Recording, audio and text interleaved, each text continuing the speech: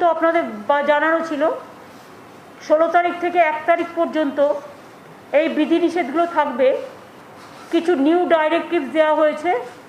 New ডাইরেক্টিভসটা এখানে CS আপনাদের পড়ে দিচ্ছে।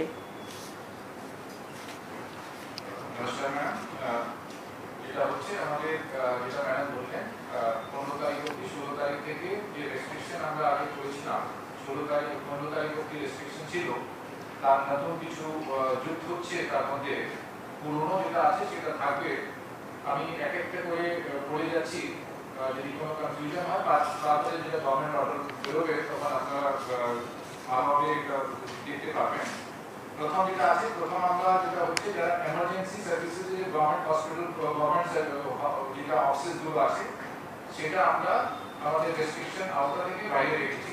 সেটা হচ্ছে emergency and essential services like health care, veterinary services, law and order, courts, social welfare homes, correctional services, power, drinking water supply, telecom, internet, print and electronic media, fire services, disaster management and civil defense, sanitation, sewerage and funeral services.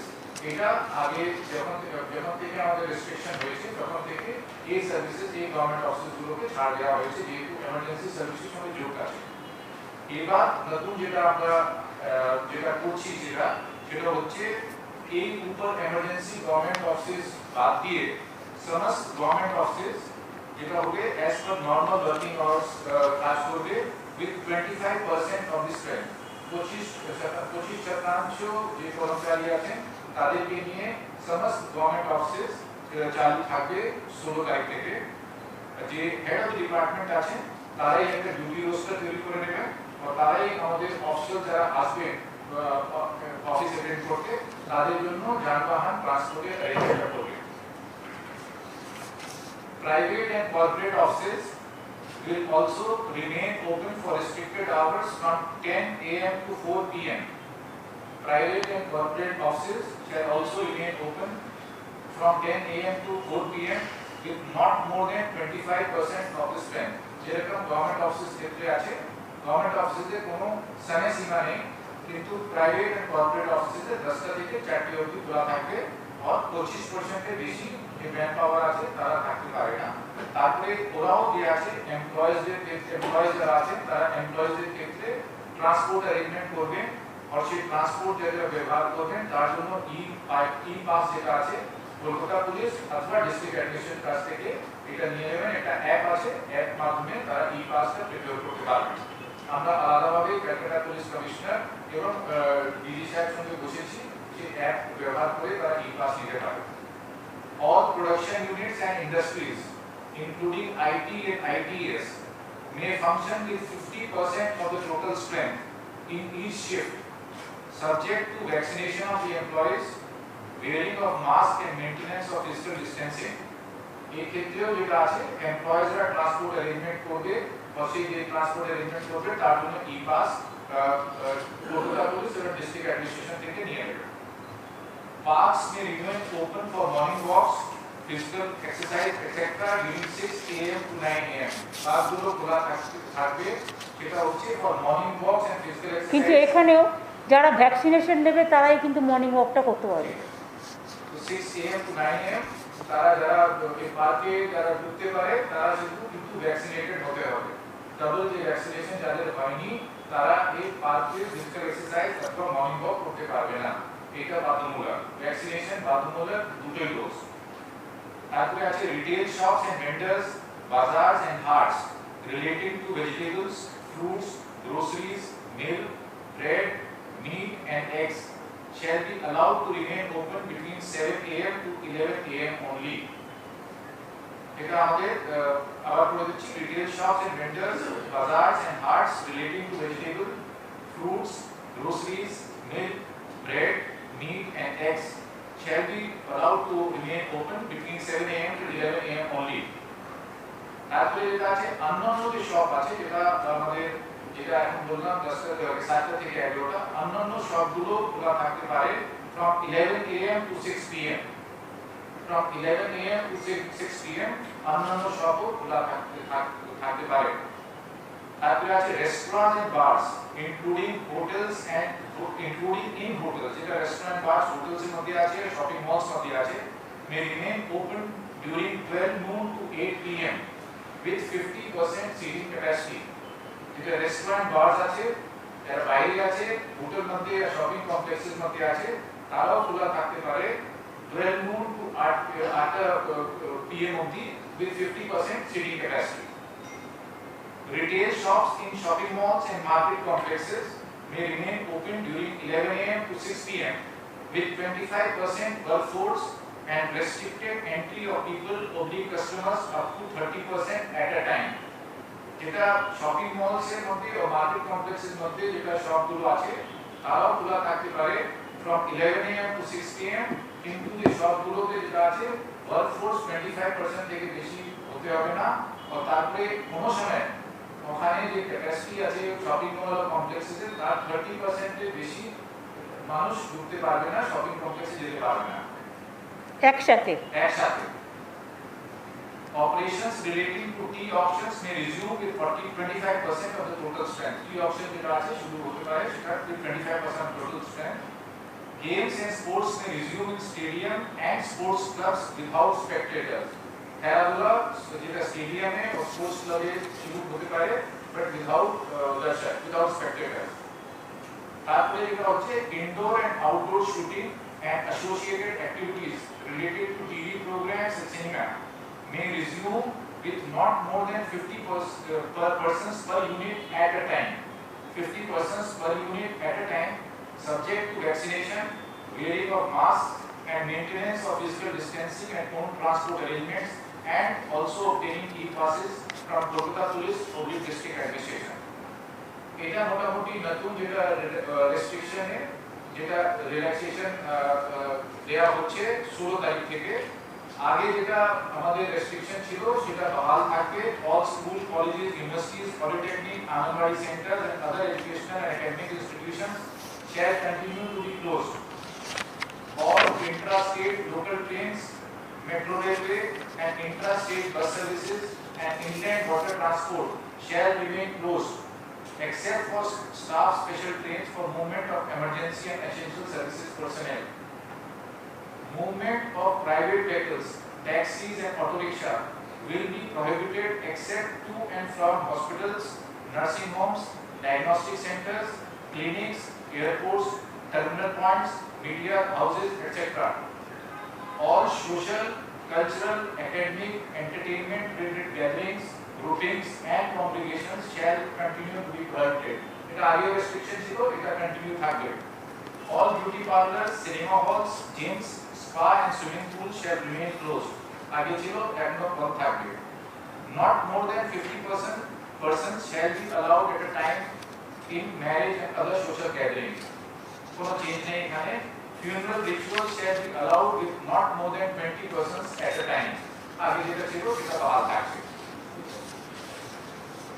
और bank ক্ষেত্রে সেদিকে আমরা বড় চারটে restriction আগে ছিল সেটা continue থাকবে। সেটা হচ্ছে e-commerce, home delivery of all commodities shall be allowed, এটা কন্টিনিউ থাকবে।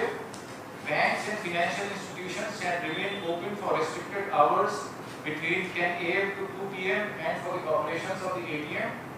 Petrol pumps, LPG gas offices and distribution centers shall remain open. Print, electronic media and social media, MSOs and cable operators shall remain open, and SEBI regulated and notified market entities shall remain open. এর মধ্যে কোনো change হয়নি। আগে যে restriction order ছিল সেই রেস্ট্রিকশনে order থাকবে। আরো যেটা আছে all outdoor activities including movement of vehicles, move people and vehicles shall be prohibited between 9 pm to 5 am. Except for health services, law and order, essential commodities including agriculture. ওই রাত 9টা থেকে সকাল 5টা বলে দাও। রাত্রি 9টা থেকে সকাল 5টা অবধি কোনো যানবাহন মানুষের মুভমেন্ট কিন্তু প্রহিবিটেড থাকবে। শুধু এসেনশিয়াল যে সার্ভিসেস গুলো আছে সেটা কিন্তু যাতায়াত করতে পারবে, বাদ বাকি সবটাই সেগুলো ছাড়া সব বন্ধ থাকবে। সেটা বন্ধ থাকবে।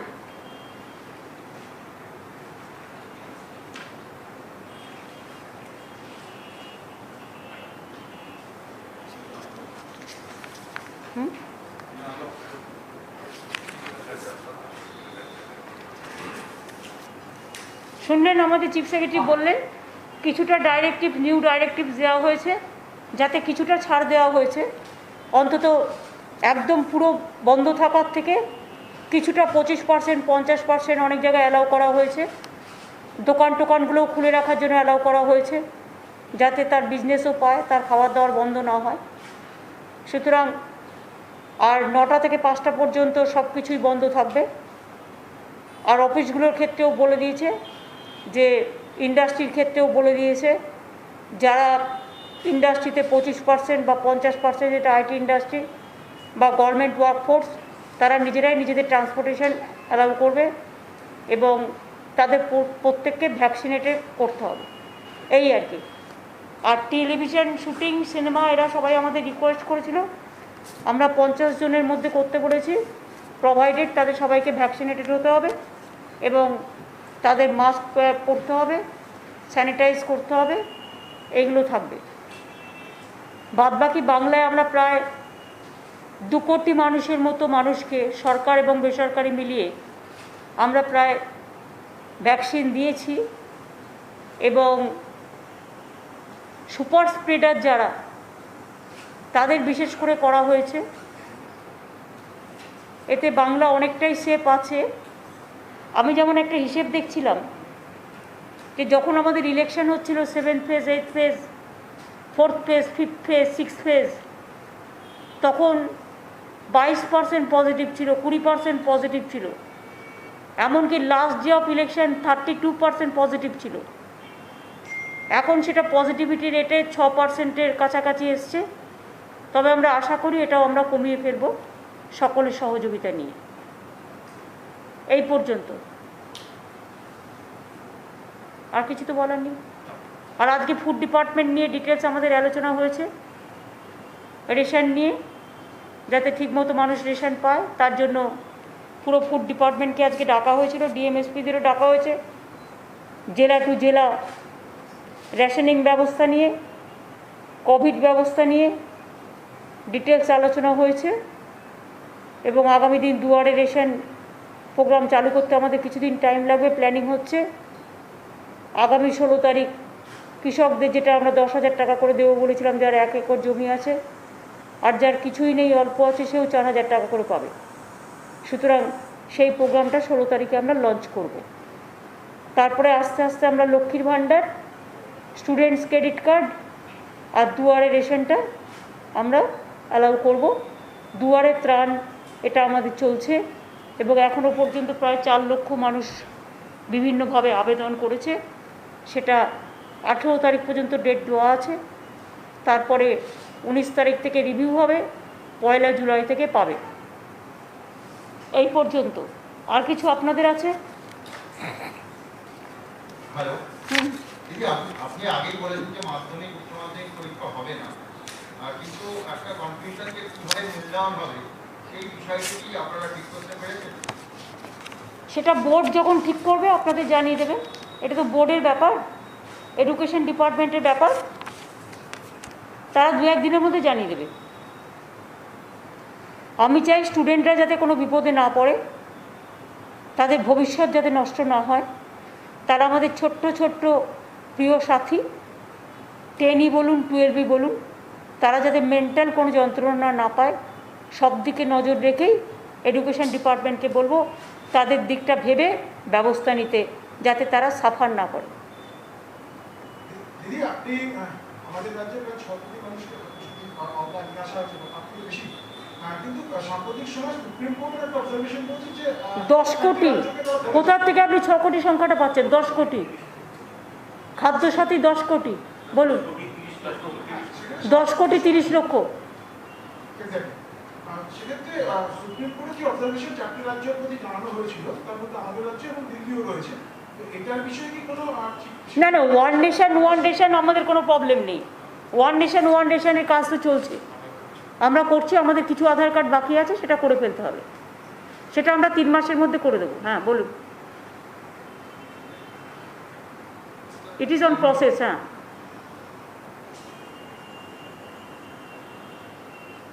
দিদি, উত্তরবঙ্গের বেশ কিছু বিজেপি নেতাদের তরফে একটা দাবি করা হচ্ছে কেন্দ্রের কাছে যে উত্তরবঙ্গকে আলাদা করে কেন্দ্রশাসিত অঞ্চল করা হবে, তারা এই দাবিটা করছে কেন্দ্রের কাছে। এ মনে হচ্ছে যেন মহারানী নিজেই রাজ্যে নিজেই আর কি নিজের ঘরের অলংকার বিতরণ করছেন, যেন দেশটাকে এইভাবে মনে করছে বিজেপি। এত সহজ? উত্তরবঙ্গ দক্ষিণবঙ্গে পার্থক্যটা কোথায়? আর একটা কথা বলি, পশ্চিমবঙ্গ ইজ পশ্চিমবঙ্গ, দক্ষিণবঙ্গ পশ্চিমবাংলার মধ্যে, উত্তরবঙ্গ পশ্চিমবাংলার মধ্যে কোনো রকম ডিভাইড অ্যান্ড রুল আমরা করতে দেবো না, এবং এগুলো রাজ্য সরকার অনুমতি ছাড়া করা যায় না। বিজেপি যদি মনে করে যে আমি জলপাইগুড়িটা বিক্রি করে দেবো, অত সস্তা নয়। বিজেপি যদি মনে করে আমি আলিপুরদুয়ারটা বিক্রি করে দেবো, অত সস্তা নয়। বিজেপি যদি মনে করে আমি কুচবিহারটা বিক্রি করে দেবো, অত সস্তা নয়। বিজেপি যদি মনে করে আমি দার্জিলিংটা বিক্রি করে দেবো, অত সস্তা নয়। নিজেরা দিল্লি সামলাতে পারে না, কেন্দ্রীয় শাসিত অঞ্চল মানে কি? কাশ্মীরের মতো মুখ বন্ধ করে রেখে দেওয়া, তাদের নজরবন্দি করে রেখে দেওয়া, তাদের মুখ বন্ধ করে রেখে দেওয়া, তাদের অধিকার কেড়ে নেওয়া, তাদের সম্পত্তির অধিকার, তাদের বাঁচার অধিকার, এবং বাংলাটাকে টুকরো টুকরো করে দিয়ে কার স্বার্থ সংশ্লিষ্ট করবে? কদিন আগে ইলেকশন হয়ে গেছে, এত বড় ধাক্কা খেয়েছে, এত বড় ধাক্কা খাওয়ার পরেও লজ্জা করে না? বাংলা ভাঙড়ের দিকে যারা তাকাবে না, বাংলার মানুষ তাদের উপযুক্ত জবাব দেবে। আর উত্তরবঙ্গ দক্ষিণবঙ্গ আমার দুটোই প্রিয়, বাংলার দুটোই কন্যা। উত্তরবঙ্গের জন্য আমাদের সরকার অনেক কাজ করেছে, এবং কোথাও কোথাও দক্ষিণবঙ্গের থেকেও উত্তরবঙ্গের কাজ বেশি হয়েছে। কি ছিল? কিছু ছিল না। আজকে সেখানে সেক্রেটারিয়েট হয়েছে, আজকে সেখানে আফ্রিকান সাফারি হয়েছে, বিশ্ববাংলা ক্রীড়া কেন্দ্র হয়েছে, আজ সেখানে পঞ্চানন বর্মা ইউনিভার্সিটি হয়েছে, আজ সেখানে জয়ী ব্রিজ হয়েছে, ভাওয়াই সেতু হয়েছে, আজ সেখানে আলিপুরদুয়ার কন্যা ডুয়ার্স কন্যা নতুন বিল্ডিং হয়েছে। কি হয়নি? গাজলডোবা থেকে শুরু করে, ভোরের আলো থেকে শুরু করে, তিস্তা শহর থেকে শুরু করে, কি হয়নি? সমস্তটা ঠেলে সাজানো হয়েছে। আর যারা কোনোদিন কিছু করলো না, শুধু মিথ্যে কথা বলে গেল, তারা চায় তার বিনিময়ে কেন্দ্রশাসিত অঞ্চল মানে দিল্লির পায়ে পড়ে দিল্লিকা লাড্ডু খাবে, নিজের জীবন, নিজের সমস্ত ভবিষ্যৎ বিক্রি করে দিয়ে। বাংলার মানুষকে পরাধীন করতে আমরা দেব না, উত্তরবঙ্গের মানুষকে পরাধীন করতে দেব না। তারা স্বাধীন, তারা স্বাধীনভাবেই থাকবে। বিজেপির এই দাবিকে আমরা ধিক্কার জানাই, এবং এটার মধ্যে নিশ্চয়ই ওদের কেন্দ্রের নেতারা আছে, তারা এত বড় সাহস ওদের হতে পারে না। আমি ওদের কেন্দ্রের নেতাদের বলি যে আগে দিল্লিটা সামলান, আগে দিল্লিটা কেন্দ্রটা সামলান। আজকে জিএসটির কর নিতে হচ্ছে, আজকে এমনকি কোভিডের যে সমস্ত ইনস্ট্রুমেন্ট, সেখান থেকেও জিএসটির ট্যাক্স নিচ্ছেন আপনারা। আর অমিত মিত্র বলতে গিয়েছিল বলে তার মাইকটাকে বন্ধ করে দিয়েছিলেন আপনারা। লজ্জা করে না? গণতন্ত্রে লোককে কথা বলতে দেন না।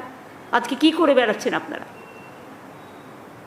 ইকোনমি শেষ হয়ে গেছে, ইন্ডাস্ট্রি শেষ হয়ে গেছে, এমপ্লয়মেন্ট শেষ হয়ে গেছে। আজকেও তো উত্তরপ্রদেশে এবিপি আনন্দের একজন সাংবাদিককে খুন করা হয়েছে নৃশংসভাবে। আমরা কন্ডেম করি এসব। বাংলা ভালো আছে বলে এত হিংসা কেন? বাংলা যা করতে পারে তা কেউ করতে পারে না।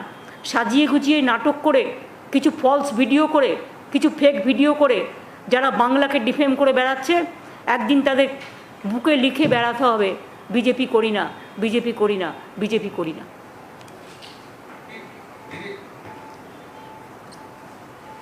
I think over.